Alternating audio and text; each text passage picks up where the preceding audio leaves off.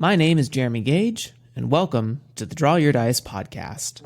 This is an educational show involving all things tabletop role-playing industry. Listen alongside me as we hear from creators, entrepreneurs, and supporters about their personal best practices, principles, and philosophies. I encourage anyone from the budding game designer to a seasoned publisher and everyone in between to sit down with us and enjoy today's episode. Hello, everyone. Thank you for coming to the Draw Your Dice podcast. My name is Jeremy Gage, as you heard in the intro, but as always, the show is never about me. It is about who I have brought to you today, and who I have brought to you today is, I would want to call them a return guest, but you get to experience one of the first DYD Lost episodes. Today's guest that I bring to you is a very prolific designer, the king of moves writing, and just is a pure joy of pop culture inspiration, and you can feel the love for the game. I would like to welcome to the show Aaron King. Hello. Thank you. Hello, Aaron. Thank you for being here today. I'm trying my best to not ruin this episode like I did the last one. Stop. It's not even a thing. It's not even a thing. Aaron, for people who may not be aware of who you are, would you just give a brief intro of, who you are, what you do in the tabletop industry, anything else that adds to you as a person, and any links or resources that people can use to get in touch with you or buy your stuff? Yeah, I am Aaron King. I live in Minneapolis, Minnesota. I do some game design. I work at a game store, and you can find me on Twitter at Aaron MF King, and there's links to my itch page and stuff like that. My most recent full game was Patrick World, which I published via Zine Quest 2021. And so that came out middle or end of last year. And since then, I've just been making weird little things. I love it. And they're amazing weird little things as well. Aaron has been so kind as to send me physical copies for all the things we can talk about today and all the inspirations we have. But before any of that, as an additional icebreaker per the usual of the show, Aaron, would you just give a brief lineage of, how you got into playing tabletop role-playing games, and then what was maybe the first spark that got you to start making your own stuff? Yeah, I bought a box set called the Classic Dungeons and Dragons box set circa 1995 with my allowance. I was, I think, 12 years old. Did not play much of that, but I bought Dungeon Magazine and read them. I grew up in a small town in the Midwest, so I didn't have a bunch of people to play with. Really got into it when I was an undergrad, and someone ran a very long Dungeons and Dragons 4th edition campaign for me and our friends. Took another hiatus, and then when D&D 5e launched in 2014, some friends at work asked me to run it for them. And I've also always been very into zines and DIY culture, so as I was looking at 5th edition, I was also looking for people who were publishing independent games, and got into the indie scene and itch scene at about the same time. Amazing. Who did you play in that D&D 4e game? I was a paladin. I want to say a half-elf paladin. Very good tank class written for 4e. Loved the mechanics. And had a great time. It's interesting too, because you were the person who turned me on to 4th edition quite some months ago, and I was like, I want to. What are some good tactical fantasy adventure games out there? And you were like, oh no, we were talking about Dungeon Master Guide Discourse, and how 4th edition was like an amazing Dungeon Master's Guide, and even the people that didn't like D&D also admitted 4th edition Dungeon Master's Guide was pretty good. It's good stuff. It's good stuff. Yeah, it's just a Dungeon Master's Guide that actually instructs you how to play the game, which is really cool. All the encounter building and stuff was really awesome to read, and is definitely inspiration for my own work in progress. So excited to see it.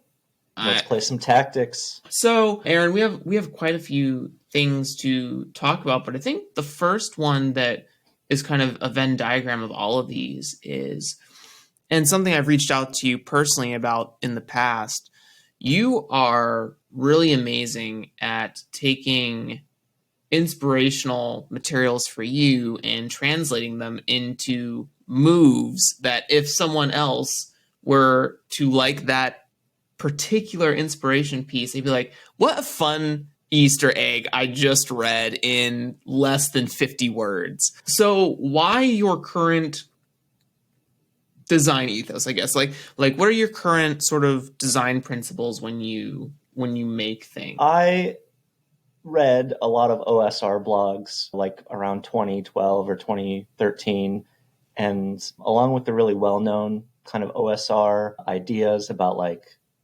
player skill instead of character skill, present problems, not solutions, a lot of that movement was about writing like clear, evocative language. So instead of this very long set of paragraphs describing your world or something, you want a set of bullet points or a flow chart that is clear and useful at the table and leaves room for the dungeon master or the players to insert their own tastes or their own characters. And coupled with that too, I was a corporate copywriter for years, and a lot of that is about like trying to fit your whole thing on a screen. You don't want people to have to scroll. You don't want them to have to click away. You want to start out with the like clearest statement you can make. Mm-hmm. And that stuff kind of got crumpled together. I published poetry chapbooks as well for a while. So poets would finish a little manuscript and I would do layout and printing and stuff. One of them was called Oh No Everything by Brett Elizabeth Jenkins. She's a local poet. And we printed them, and a lot of it is about like hospital anxiety and medical anxiety. And so we like printed it and published it in a little manila folder. I got all these half-size manila folders, so it looked like a little hospital file. But the evocative language of poetry has always been inspiring to me as well. And so just the idea of taking something huge and sprawling, like one of my favorite novels or a whole video game, and rendering it into a single little piece of game language that ostensibly is useful in a game, sometimes is absolutely worthless in a game as well. But just to try to do that exercise, pulling out the most important bits and seeing if it still felt familiar, while also hopefully being useful to people who are not familiar with that source material. I know the game designers of games like the original Fallouts, there are lots of kind of pop culture references in those, but they had a rule where if the player had to know what you were referencing to get the joke, it can't go in. Like, it has to be funny enough or evocative enough on its own for it to make it into the final game. And so hopefully I'm not just playing references, I'm building something that is like fun and unique on its own that maybe has a little extra if you are in the same boat as me and familiar with those same inspirations. And you even do it with the like designs of the zines in of themselves, like holding. I'm going to do this for the microphone because this is one of the few times I get physical copies. I'm just going to rub this up against the mic. I'm currently rubbing Patchwork World against the mic. So if someone wants to open a cover on their computer or something while they're listening. Yeah, first of all, Patchwork World, I love the size of it because it feels like this really cool magazine, like this really amazing piece of combinations of OSR concepts and all the tools you also provide. I was trying to find like a good other word than tools, but tools was the one that kept beating my head. So all these amazing tools and inspirations and prompts in here, even like short story bits in here as examples of play and things. It's very cool. And then Game Genie Apocalypse, which, what an amazing name. Which I'm also going to rub against the mic here for a second. This is Game Genie Apocalypse. See how they sound different? I hope listeners enjoy that. It feels like I'm pulling it out of a game box. Like it's the instruction manual to a game box that I would get back in 2009 or something to that effect. And I love it. It's just so diegetic, and it's so to steal a word you used, evocative in terms of even physical design. So I guess what that allows us to sort of then transition into is, let's talk about Patchwork World first, because it was something you were working on for a decent amount of time since I started knowing you in the Brain Trust, and you put together and you were talking about, different inspirations for moves, and you were getting feedback from other members in the Brain Trust community. So how did Patchwork World happen? Patchwork World is a Powered by the Apocalypse game with no moves and no stats and no playbooks, only moves. It pulls a lot of what I liked about OSR. There's a lot of random tables and world generation stuff in there as well. It came from a bunch of places. One was that my group of weekly D&D players that started in 2014 that I had mentioned, they really enjoyed getting together, but they did not like being level 10 and having to page through a bunch of stuff. A lot of them have anxiety or ADHD, and they're busy. They have spouses or kids or full-time jobs, and the cognitive load of a game like D&D was getting to be kind of too much for all of us. And so part of Patchwork World inspiration was, I want to find everything that they love about this game and this experience of hanging out and gaming, and only have that. Take out all the stuff that is hard to remember, that we have to have a hardcover book for, and just pull out, like, what do you like about these games? So just a lot of shenanigan-based things made it into Patchwork World because of that. A lot of kind of their favorite NPCs or their favorite character types made it into there. Another inspiration was Pasión de las Pasiones, which is a Powered by the Apocalypse game by Brandon Leon Gambetta. And he came up with this format of roll with the questions. Instead of having stats, each move asks you a couple questions that kind of helps you position your character fictionally, and kind of gives you the inspiration, like, if you're gonna strike someone in anger, your character is better at it if they have been, like, righteously angered by something, if they are self-righteous, if they know they have the upper hand morally, it makes them kind of better at striking out in anger as well. And that was just a huge light bulb situation for me, these kind of built-in character and player instructions in each move. So that stuff all kind of boiled together. And then at some point I was like, no playbooks. I think a lot of it actually ended up coming from D&D 4E, where the basic rules are so simple compared to a lot of games. And then each class comes with these abilities that basically give you new ways to break rules or additional rules for your character that are just in this move. So your fighter might be able to mark an enemy so that the enemy has to attack them, or else they're at a disadvantage. But that's not in this big rule book. That's just in this little square move in the fighter page. And you can make a copy of that and cut it out and put it on an index card or whatever and have it in front of you. So the idea of everything is a move. If it's like a power, you can make things explode. That's one thing. But also your equipment, if it's important, it's just another move. It's the same language as this explosive power. Or an ally, you have a little goblin investigator who's your buddy. That's also just a move, and you can cut it out and you can put it next to your sword and next to your explosion power, and you just only have to look at these three things. And so a lot of it is also comes back to that cognitive load of, I don't want to page through a book. I don't want to page through, again, like paragraphs of explanatory language. I can just see what triggers this move. I can see the questions it's asking me and position myself based. So that was kind of the game mechanics side and the social aspect.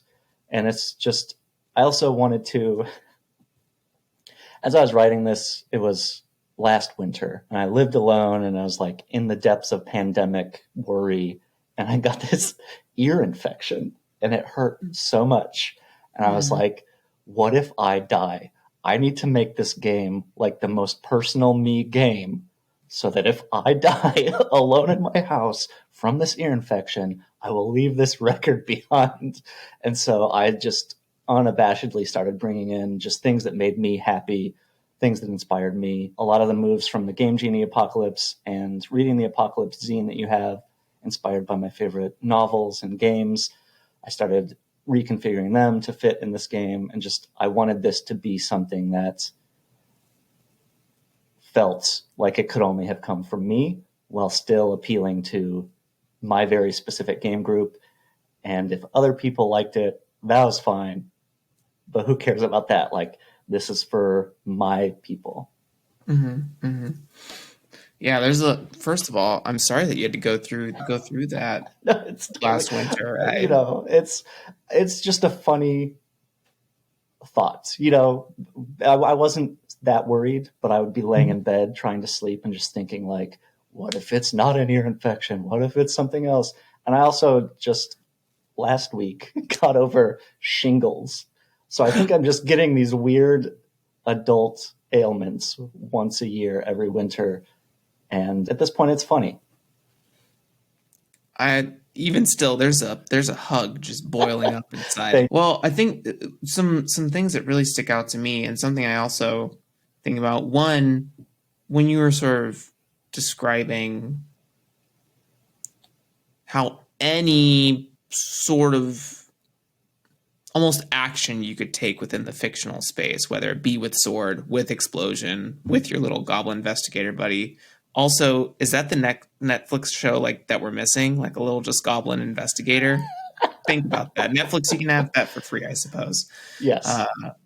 Or not. Actually, don't have that for free. You have so much money. Give me the stuff. But you sort of get to choose your complexity in a way. Like every person's engagement with the game can be a different style of complexity.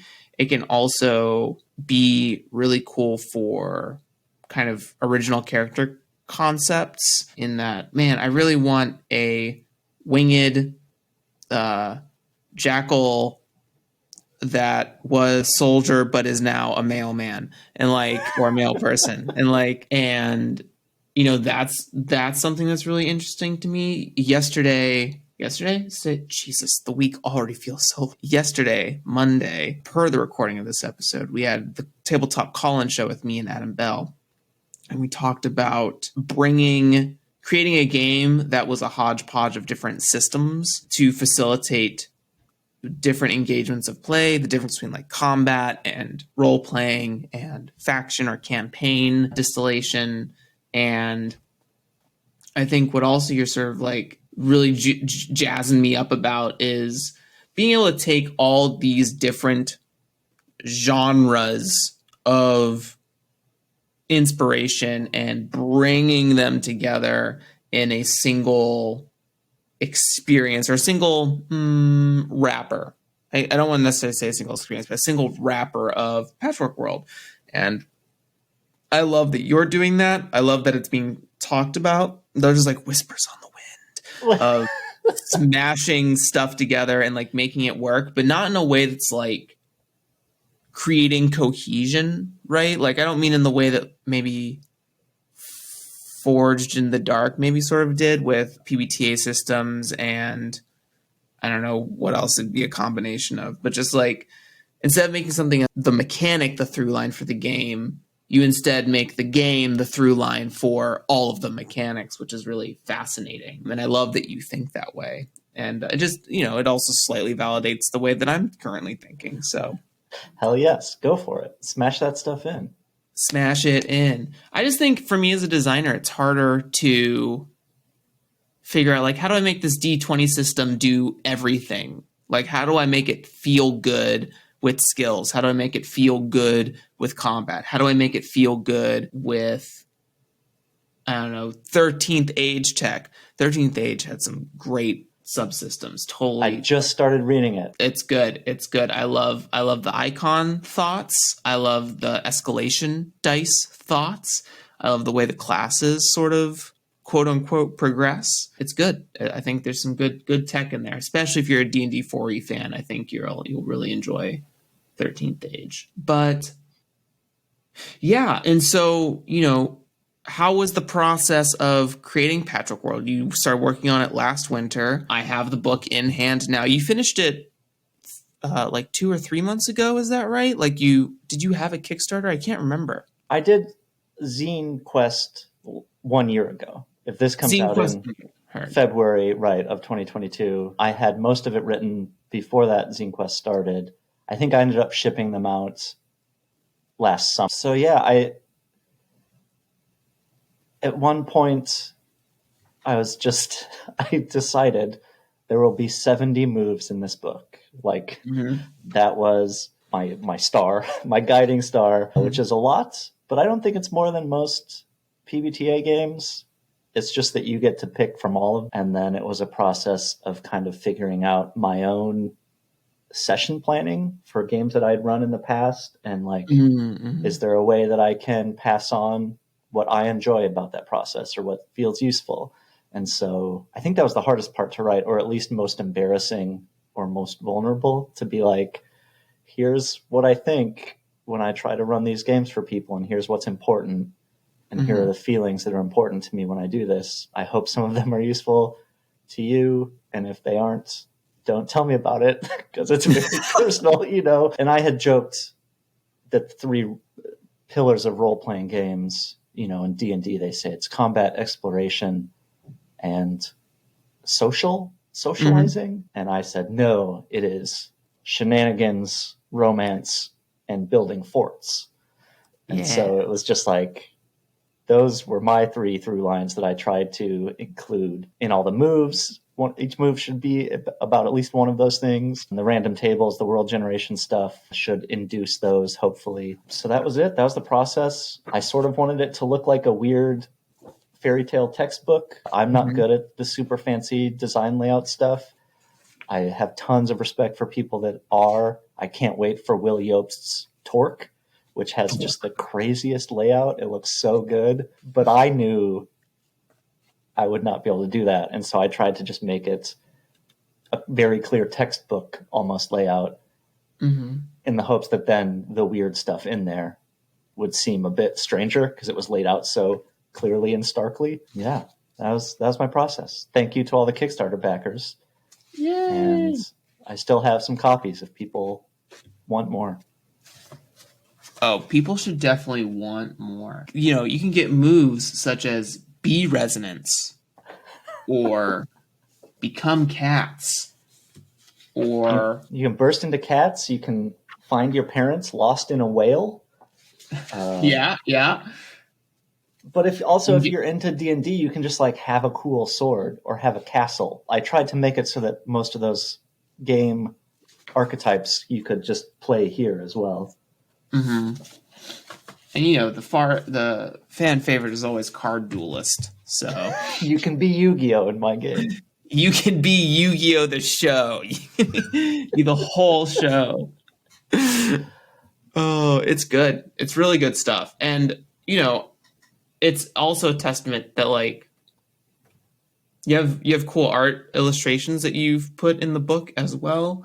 Yeah, art by Kevin Budnick is one of the artists at Knitted Sweater on Twitter. He's a cartoonist in Chicago. My friend Magdalene Eng did some really cool like inky drawings, and then some supplemental kind of public domain art and a few pieces that I did as well that really, I think, helped the vibe. Who did the appendices like no face dude?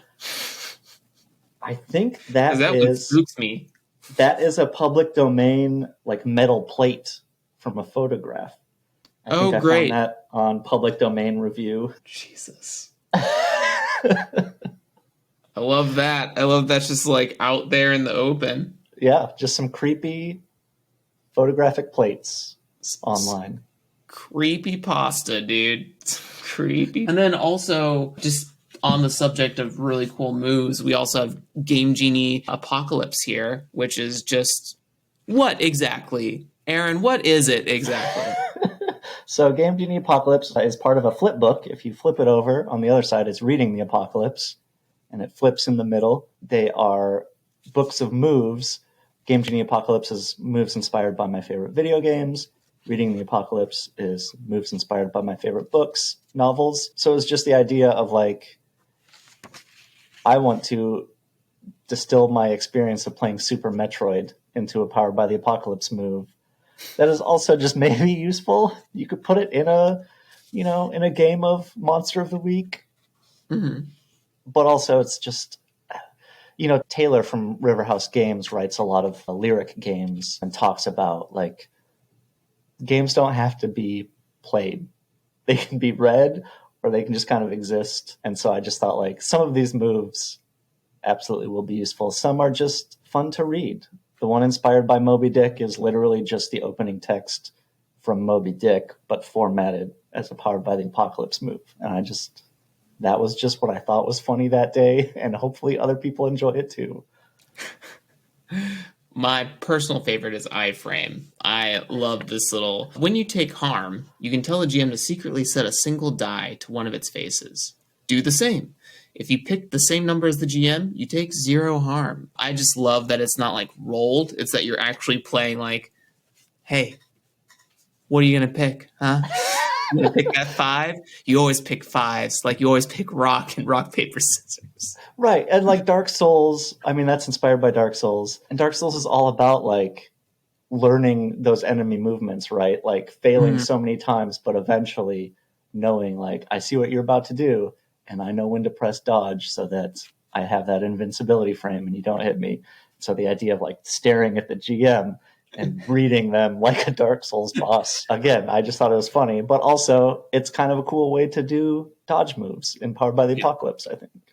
Yeah, I agree. Amazing. It's so good. And then the last like piece here, and I've not had the privilege to play Troika yet in my life, but we have the Icy City, a Troika edition issue 2 by Aaron King. What is it, Aaron? It is a set of character backgrounds and rules for flying through Troika space. And there are these spheres in Troika that you contain these worlds that you land on with golden barges. And the rules that I came up with represent those spheres as pogs. And so the zine comes with a set of pogs, and you can pop them out and fly from pog to pog. And they are, there are some dangers in trying to land on them. Some pogs represent literal planets. Some are more situations that you might encounter in space, such as your dwarvish steerman falling in love with you during your journey and how you follow that romance or break it off. I just wanted to print something with pogs. Jared Sinclair at Spearwitch printed some pogs, and I was like, I have to know where you got these pogs. And they're a custom company, I want to say in Arizona, just called Custom Pogs. And you send them an image file, and they will print you a bunch of pogs. So listeners, I'm gonna rub the pogs against the microphone. This is the last thing I rub against the mic here today. Specifically, I'm rubbing Love of a Dwarfish Steersman, skill 5, damage a small beast. Boom. There you go. Quality cardboard. You can really hear it. You can hear the cardboard. These are all amazing. And why sort of like lightning round the last two is to get to sort of your topic and that you kind of proposed in your questionnaire for the show about your design is a testament to inspiration, is a testament to like taking the things you love and distilling them down into ideas that other people can digest and use in their games, in whatever games they want to use, or see how you can distill those loves into actionable pieces of tech. So, what is, if you, Aaron King, I'm ready. If you had to pick like let's start with like a genre. If you had to pick a genre, what genre do you find yourself coming back to again and again in terms of like fantasy or crime or something like that, or anime or whatever? Yeah, that's hard. I know. It's a big question. It's a big question. So many things are multiple genres as well. Right. Lately, I have been into, I guess you would call it like family saga novels. So right now I'm reading Toni Morrison, Song of Solomon, and that's about this African American family in Detroit, like across the first two world wars. One of my favorite authors is Louise Erdrich. She's local. She's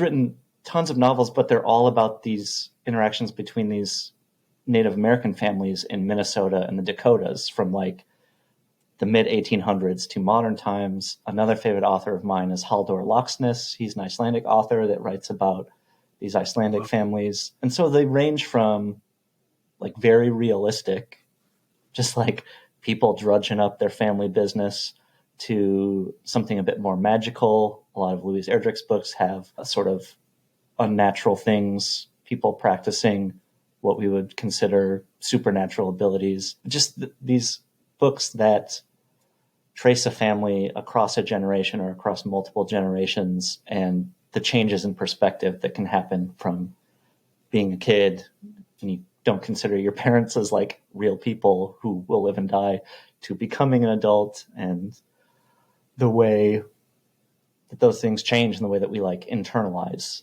that stuff. Mm-hmm. Which is like not a very gameable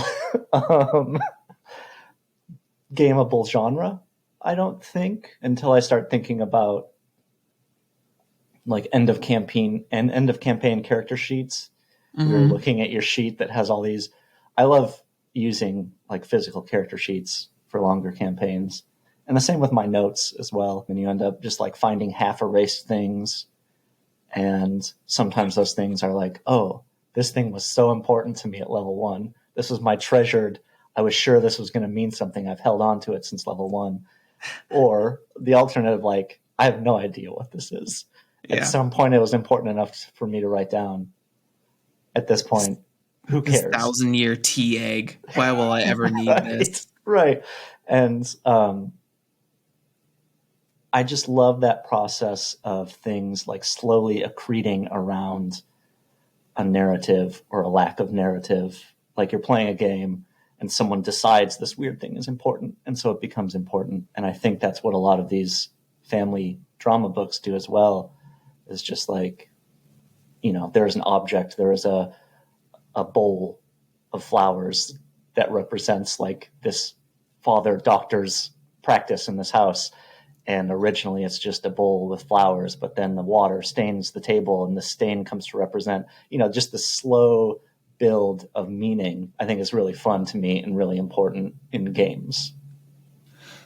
It's so fascinating that I definitely think there's a world where you could do, and we have games that do generational play for sure, but I think there is definitely conceptual space for a micro generational gamification. I think a lot of at least the ones I've been exposed to, are very like large scoped. Like we see cities rise and fall and we see cultures come and go. And I would love for someone to sort of explore like just the micro of a small village. I imagine like a small village sort of thing, maybe building some myths, some folk tales alongside that, and having like an indestructible item, quote unquote, like a plot armored item that just sort of like survives through the whole thing, and like you said, adds different meaning as different things happen to it. I think would be really fascinating. 2023 Zine month, we'll do it. Yeah. And the second thing, just as a Easter egg, I interacted with my first piece of, not necessarily a book, but Icelandic fiction. There is a show on Netflix called Katla that is about either the volcano. I think the volcano is called Katla. And there is an eruption that happens and kills a bunch of people, and they have to move away from the island, except for people that can't, like that are bedridden or couldn't, like, or being stubborn and didn't want to leave because they thought like it'll be fine eventually. But it's been ashfall for a year or something like that.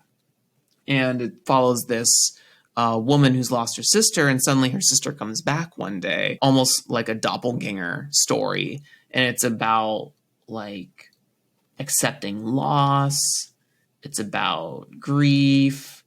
It's about who are you really when you're presented with the thing you want. Or when you're tempted by the thing that you want. It's very interesting. It's a very interesting full complete series. It's like 8 episodes, 8-hour episodes. That sounds cool as hell.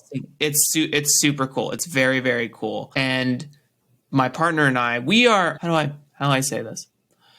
We are not easily impressed sometimes. And I wouldn't be upset if someone said we were kind of snobby about the fiction that we take, especially when it comes to like dramas, because we notice a lot of like common tropes or trite things that happen and get kind of upset at those. But we watched that and it was just a really interesting, like it had some of the, like the richest character development or personification of emotions or ideas. It was very cool. It was a very, very cool show, and I recommend it to anyone that's into like mysteries and dramas.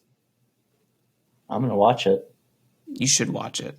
Anyone else should watch it. That's again free It was on Netflix. I don't know if it's anywhere else, but that's free Netflix dollars, I suppose. So this episode is sponsored by Netflix.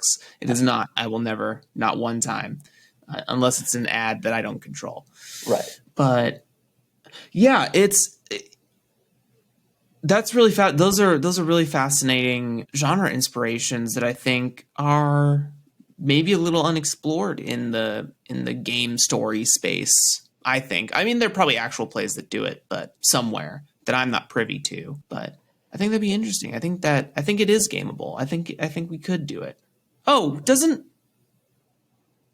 isn't Quiet Us kind of like that? That Forge in the Dark game? I've never played that one. I was going to say there's a Powered by the Apocalypse game called Sagas of the Icelanders. Oh, yeah. The settlement of Iceland. And the playbooks are like man, woman, child. And it's so cool. I think this game is amazing, and it is one of my inspirations. And it's just about like the local big guy comes to like demand some of your sheep, and like how much do you give him, stuff like that. And does your farm produce this year, and do you die in childbirth, like some very heavy serious stuff. Wow. But I think it gamified in a really interesting way. So that's by Gregor Vuga. You can find it. It's on itch and stuff. So I think I have the PDF somewhere. Also, Vinland Saga, that immediately made me think of the anime Vinland Saga. If I have any anime listeners out there, also I read the first 2 volumes of the comic. Yeah, it's good stuff.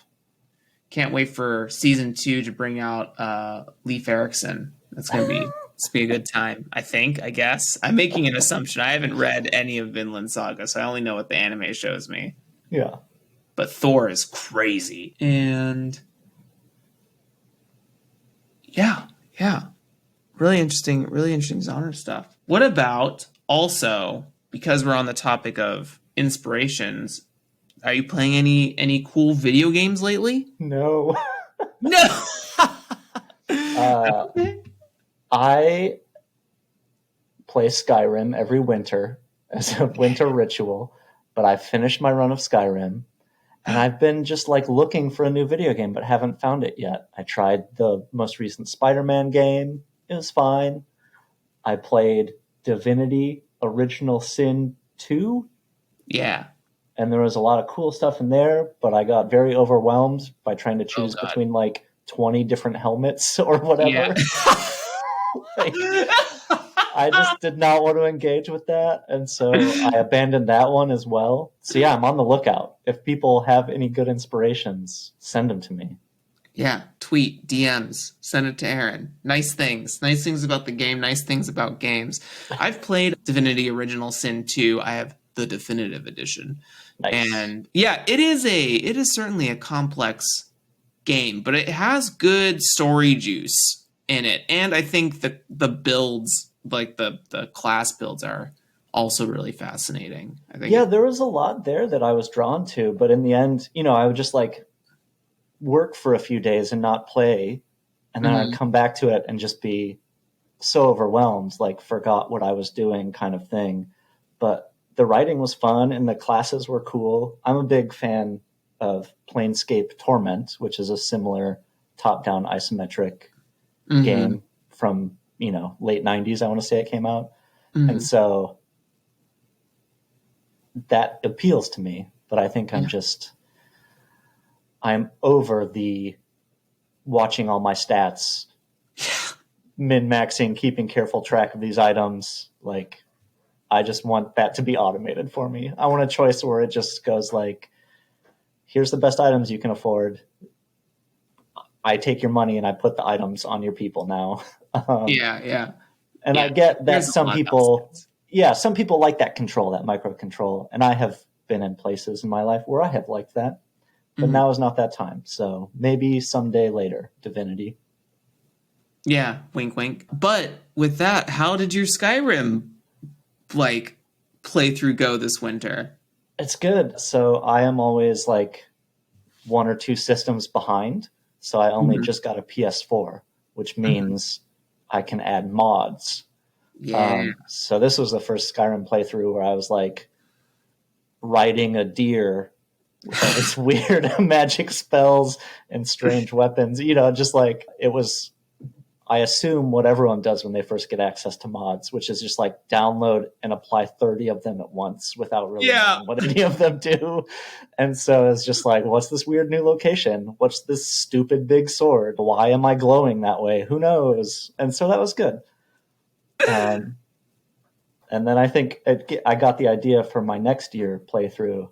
I'm going to just be Santa Claus, and I'm going to make a character that looks like Santa Claus who can break into everyone's house and leave them handcrafted necklaces and rings and food. That's beautiful. Truly beautiful. Also, deer, underutilized mount. Yeah. Truly. It's like the like caribou or whatever, elk, yeah. I think they're called in Skyrim. They're majestic. Underutilized. Great fun. Deer and also rhinos. Why aren't we riding more rhinos? And hippos, too. And hippos. Hold on a second. Is something happening here? There's a book called River of Teeth, which is based on this kind of lesser known historical possibility where at one point people were like, we should bring hippos into the Louisiana Delta because they're a great source of meat and they could live there. And eventually that idea was like, no, we're not going to do that. But this book is like, what if we did? And there are people who are basically cowboys for hippos, and they move these hippos up and down the river and, engage in cowboy stuff, but atop hippos. So Sarah Gailey is the author, River of Teeth. It's like a short novella. I would never have learned about this if I hadn't talked to you today. Yeah, I'm a library school dropout. So if anyone wants book recommendations, I have seen so many books in my lifetime. Some were even good. Some might say we're good. That makes you the third library, college goer of the show. Interesting. Damn, we got to now there's a co-op. Stack. Yeah. You, Dan, Collie, and God, I can't remember who else it was. We'll figure it out. Yeah, I'll wake up tonight. Well, I think with that beautiful hippo recommendation, that's going to bring us to the top of the show, Aaron. Once again, would you just give a brief outro of who you are, where people can get in touch with you, get your stuff? All these links that Aaron is about to provide will be down in the show notes for your access listeners. Aaron King, at Aaron MF King on Twitter. And because I am bad at branding, I am aaronking.itch.io, but Aaron is spelled differently. I just take whatever Aaron is available to grab. Whatever one has not been picked yet. And so I've messed everything up by having a variety of different Aaron spellings. So just go to my Twitter, Aaron MF King. You can find everything there. Amazing. Well, thank you everyone for coming today and listening to Aaron. I learned a lot. I had a great time. I hope you learned a lot and had a great time. And we will catch you next time. Say bye to the people, Aaron. Bye, everyone. Thank you. Bye-bye.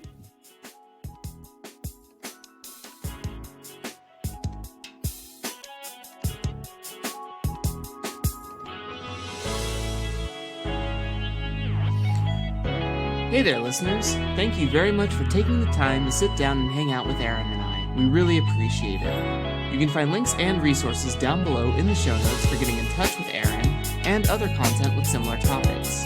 Support Jeremy and the DYD podcast by reviewing the show or joining the community Discord server. Additionally, you can get ad-free early releases of episodes by donating to the DYD Patreon at patreon.com/DYD podcast. Thanks again for listening, and remember that design is a marathon, so enjoy the journey and have a great day.